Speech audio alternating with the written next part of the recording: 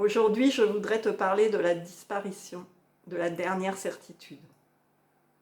Peut-être même la plus difficile à voir, parce qu'elle se cache au cœur même de la quête spirituelle. Tu crois peut-être que ce qui te sépare de l'éveil, c'est que tu ne l'as pas encore atteint, que tu n'as pas encore eu la bonne expérience, pas encore compris quelque chose d'essentiel, pas encore franchi une étape. Et c'est précisément cette croyance que j'aimerais remettre en question aujourd'hui. Parce que si tu regardes bien, cette logique est exactement la même que celle qui te fait chercher le bonheur dans l'argent, dans la réussite, dans la relation idéale ou dans une meilleure version de toi-même. Tu as simplement déplacé l'espoir vers un objet plus sophistiqué, l'éveil. Mais si l'éveil n'était pas ce que tu crois, si une grande partie de la quête spirituelle reposait sur une promesse implicite qui n'est jamais vraiment remise en question, la promesse qu'il existe un accomplissement, un état particulier, une manière d'être qui ferait enfin de toi quelqu'un de réalisé, quelqu'un qui aurait franchi une étape décisive, quelqu'un qui serait arrivé là où les autres ne sont pas encore arrivés, qu'il existe quelque part un point d'arrivée. Et c'est souvent cette idée qui entretient la quête. Parce que lorsque nous parlons d'éveil, de réalisation, de présence, de vérité ultime ou de nature véritable, nous supposons qu'il existe quelque chose à obtenir, quelque chose qui nous manque aujourd'hui et qui ferait une différence fondamentale entre avant et après, entre celui qui cherche et celui qui a trouvé. Pourtant, quelque chose ne colle pas. Oui, il peut y avoir des expériences profondes. Oui, il peut y avoir des moments où la séparation disparaît. Oui, il peut y avoir une évidence, une reconnaissance, une forme de savoir immédiat qui ne passe pas par des concepts. Mais est-ce que cela fait de ce personnage qui vit cela un être différent ? Parce qu'on parle souvent comme si la réalisation était un accomplissement pour quelqu'un, comme si elle se produisait, comme une transformation fondamentale de la personne, comme si elle fabriquait une nouvelle version de nous-mêmes. Et pourquoi faisons-nous cette équation ? Pourquoi une expérience devrait-elle devenir un statut ? Pourquoi une reconnaissance devrait-elle devenir une identité ? Pourquoi un savoir devrait-il devenir un accomplissement ? S'attacher à une expérience, même de la conscience inconditionnée, est déjà l'inverse de la libération. Ici, je vois autre chose. Je vois qu'il peut y avoir une reconnaissance, qu'il peut y avoir une évidence, mais cela ne produit pas un être supérieur. Ça ne crée pas quelqu'un de réalisé. Ça ne fait pas apparaître une nouvelle catégorie d'humains. Sinon, c'est que nous sommes en train de transformer une expérience en personnage. Car dès qu'une expérience est vécue, elle est racontée, et dès qu'elle est racontée, le mental s'en empare.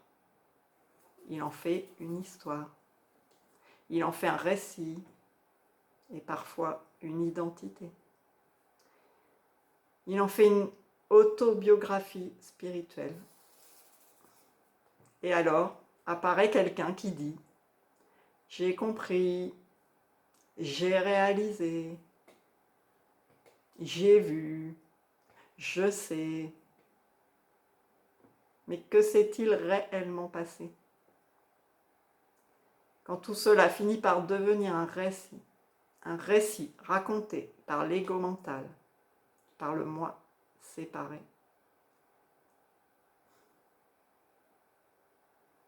Que se passe-t-il? C'est un attachement de plus.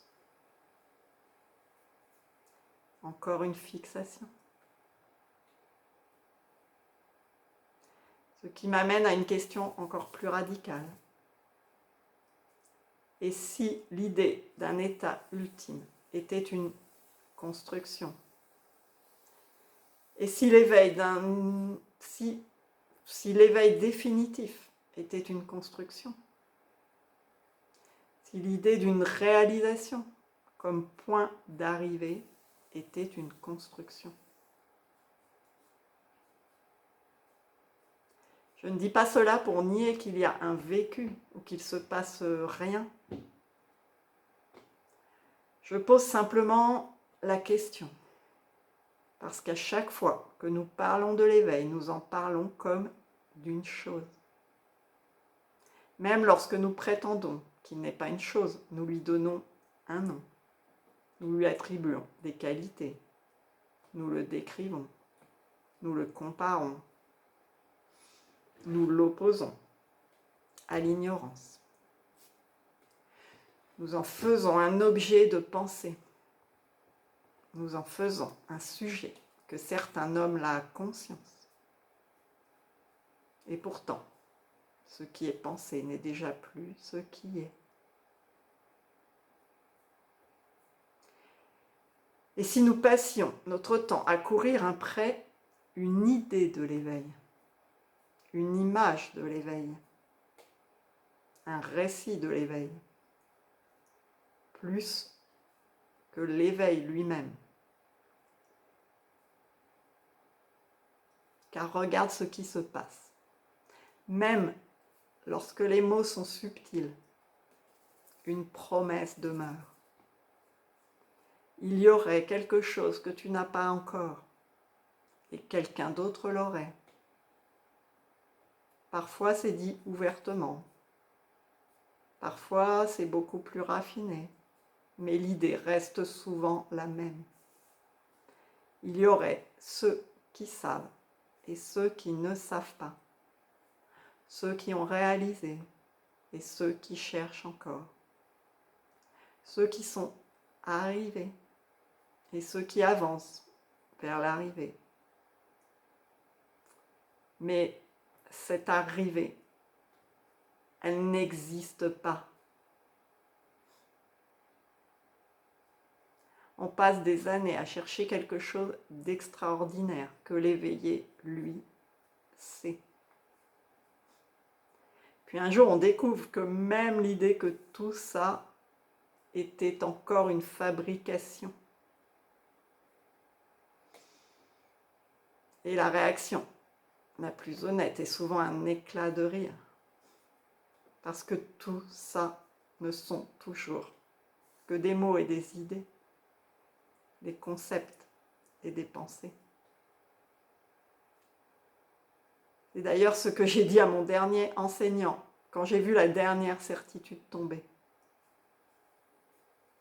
Mais tout ce que tu dis, quand tu essayes de nous dire quelque chose à propos de ça, c'est des conneries. Et il m'a regardé avec un grand sourire en acquiesçant. Et moi, je ne pouvais plus m'arrêter de rire tellement la farce était magnifique. Cette évidence que personne ne sait rien, car il n'y a même pas quelqu'un pour savoir. Je prendrais le risque de dire que même tous les discours spirituels sont conditionnés. Parce que dès qu'on met des mots, c'est conditionné. Le langage est conditionné. Déjà. Et l'idée qu'on se fait d'une expérience est conditionnée souvent, si c'est une idée. Alors oui, je vois des expériences, des compréhensions, des évidences, des reconnaissances. Mais je ne vois pas de ligne d'arrivée. Je ne vois pas de point final. Je ne vois pas de moment où quelqu'un deviendrait définitivement autre chose que ce qu'il est. Et pourtant, je ne suis pas non plus en train de dire qu'il n'y a rien. Oui, il y a des effets secondaires. Il y a une paix, une détente, une simplicité, une forme de liberté. Quelque chose qui ressemble à la disparition d'un poids.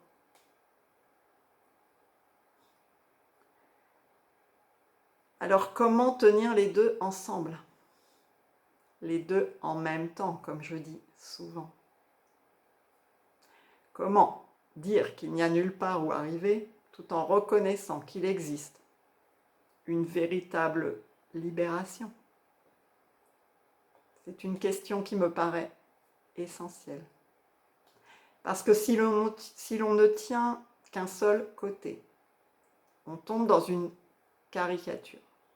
D'un côté, il faut atteindre quelque chose. Et on fait des efforts pour ça. De l'autre,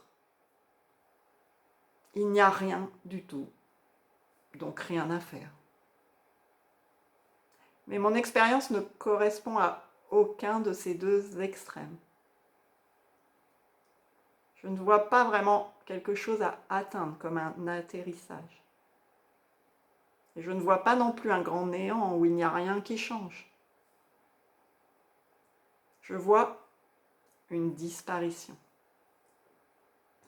Et cela change beaucoup de choses. Parce qu'on ne gagne pas quelque chose, mais parce qu'on cesse de porter quelque chose. Et la différence est énorme. On imagine souvent la liberté comme un gain, mais c'est davantage une perte. La perte d'une croyance, ou plusieurs. La perte d'une tension. La perte d'une recherche. La perte de l'idée qu'il manque quelque chose. La perte de la croyance, de la pensée, ou peut-être quelque chose plutôt d'une sorte d'énergie, que je suis quelque chose qui vit tout ça, qui peut en recevoir les fruits, qui peut agir dessus, qui peut contrôler la vie, etc.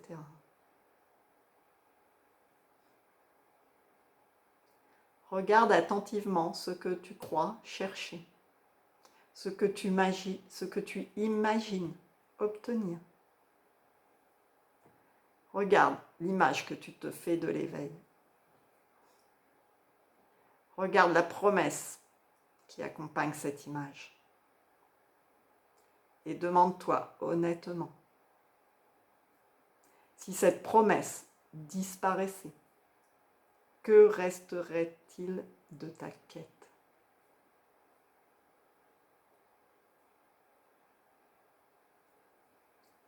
Et peut-être que cette question est plus intéressante que toutes les réponses.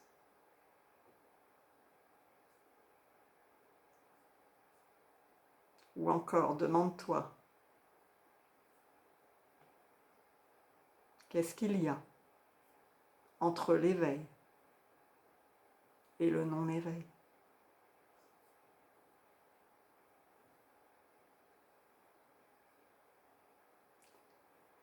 La réalisation d'une vérité n'est pas la transformation de la personne, puisque c'est la réalisation qu'il n'y a pas d'entité séparée qui pourrait témoigner de cette connaissance. La réalisation du soi ou de l'absolu est seulement la réalisation de notre nature d'être pur, qui est conscient, se sachant. Mais c'est tout, dans le sens qu'on réalise une vérité de notre nature, et non pas comme on l'entend. On devient un être réalisé, dans le sens transformé. En quelque sorte, je dirais que c'est juste une info, et que ça ne fait pas de nous des êtres différents, ou moins idiots, ou plus illuminés, ou quoi que ce soit. Ça fait juste une entité qui ne se prend plus pour ce qu'elle se prenait. Juste ça enlève justement cette idée qu'il y a cette entité. L'ego spirituel imagine devenir un être exceptionnel, plus pur, plus conscient, plus lumineux, plus réalisé. Or, si ce qui est reconnu a toujours été là, qu'est-ce qui pourrait devenir plus éveillé? Qui pourrait avoir compris?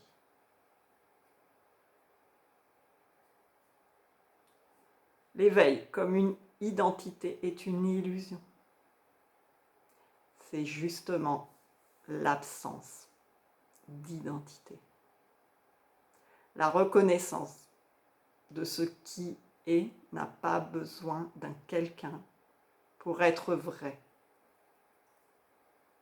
Elle a besoin de reconnaître qu'il n'y en a pas.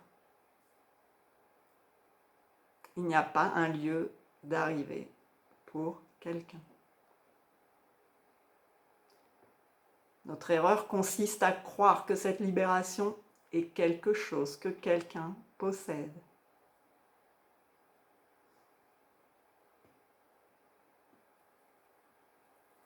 Alors, allons plus loin encore. L'illusion de la séparation n'existe pas vraiment. C'est une illusion. Mais l'éveil comme objet ou état distinct, l'état éveillé, n'existe pas davantage. L'idée même d'un Bouddha établi dans une condition particulière appartient encore au domaine des apparences. Si tu rencontres le Bouddha, tue-le, comme on dit. Car c'est encore une idée, une pensée, une fixation. C'est juste une désignation verbale. Même la présence pure, ou la conscience, ou l'éveillé, peut devenir une idole conceptuelle. Bien sûr, pour en parler, on va continuer à employer des mots. Mais ces termes sont des indications et non des descriptions d'une entité réelle. À partir du moment où on affirme « voilà la conscience ultime », quelque chose est déjà figé dans une représentation. Sans tomber dans le nihilisme, mais en prenant garde que l'on fasse de l'éveil une nouvelle substance métaphysique. Ce qui est libre de toute représentation. Ce qui est libre même de l'idée d'être libre. C'est seulement la reconnaissance de ce qui n'a jamais été absent, mais sans personne pour le décrire. Même l'idée d'un état ultime à reconnaître est déjà une construction de l'esprit. Oui, quelque chose est vu, mais dès que je dis ce quelque chose est l'éveil, j'ai déjà fabriqué un concept. L'éveil, la conscience, l'absolu, ou comment tu l'appelles, ne correspondent pas à des entités existantes en elles-mêmes. Pas plus que le moi séparé. Attention à ne pas faire de cette connaissance une chose non plus. Ce que certains appellent la réalisation du soi est une information, une reconnaissance. Il n'y a pas vraiment de mots. Mais ce n'est pas une nouvelle chose. Rien n'est ajouté. Il y a simplement disparition d'une méprise. Une information n'est pas un truc qui aboutit quelque part. Il n'y a pas d'atterrissage, justement. Dans beaucoup de discours, même quand on dit « il n'y a personne », on laisse subsister quelque chose d'autre. La conscience avec un grand L, la présence, l'absolu. On retire le personnage, mais on garde un roi sur le trône. Or, le trône lui-même devient une fabrication. Même l'idée d'un état ultime pour toi est une histoire de plus. Il n'y a nulle part où arriver. L'idée de ce que tu vas obtenir nourrit l'élan de la quête. Et la quête est un moteur extrêmement puissant. Pressentir que tu n'iras nulle part retire le carburant. Il reste seulement ce qui est là, sans savoir ce que c'est. Sans savoir, ni non savoir.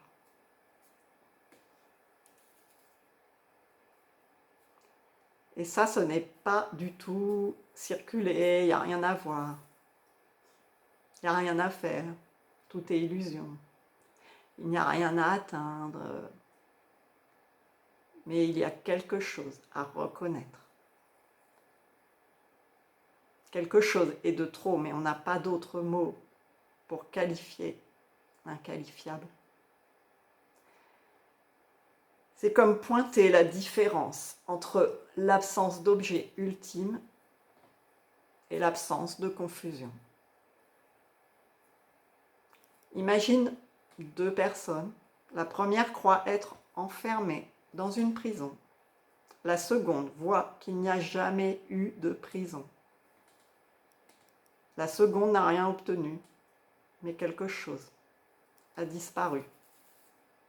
La différence n'est pas un gain, c'est une perte. Je parle de cela, pas d'un état mystique, une simplicité nue. Et certes, cette disparition a des conséquences vécues. Mais la différence n'est pas là où on la cherche. La paix n'est pas un objet obtenu. La liberté n'est pas un état acquis. La libération n'est pas un nouveau personnage. Et pourtant, quelque chose change dans le rapport à l'expérience.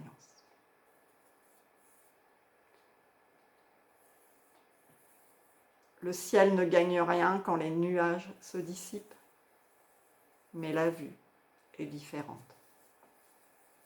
C'est tout. Ce que vous cherchez n'existe pas sous la forme où vous l'imaginez.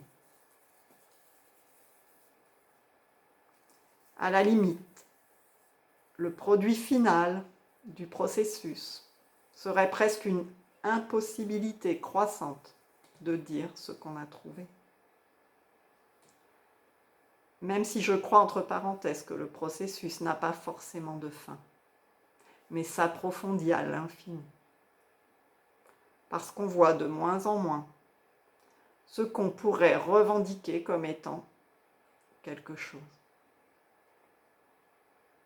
Parce que quand tu as vu qu'il n'y a vraiment pas de prison, alors quoi dire?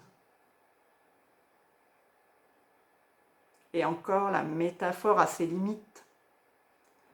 Parce que voir qu'il n'y a pas de prison donne la notion de prison. Alors, tu ne veux même plus parler de la prison. C'est un peu complexe de montrer des barreaux qui n'en sont pas. Mais tant que tu crois à la prison, je ne peux que te parler des barreaux, tout en essayant de retirer le carburant qui veut scier les barreaux.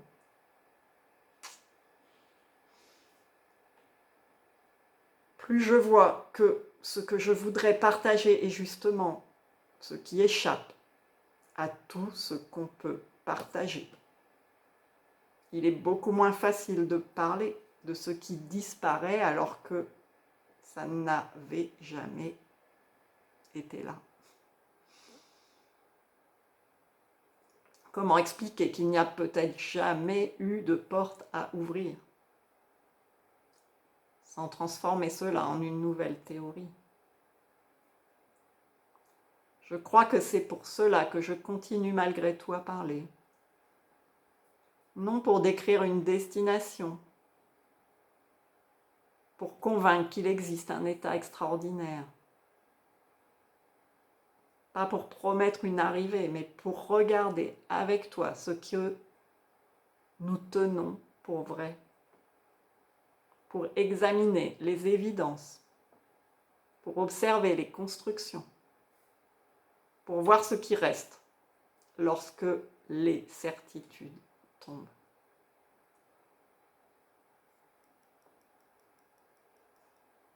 Et peut-être que ça attire moins, parce que cela retire du carburant à la quête.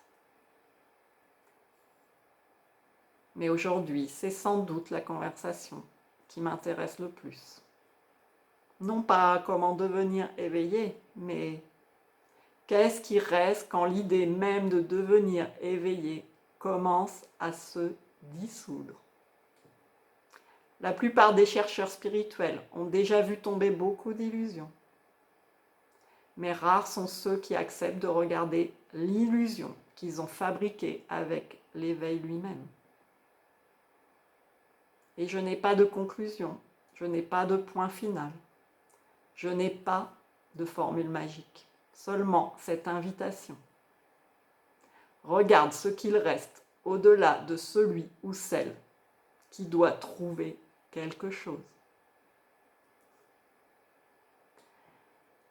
Oui, je répète, regarde ce qu'il reste au-delà de celui ou celle qui doit trouver quelque chose.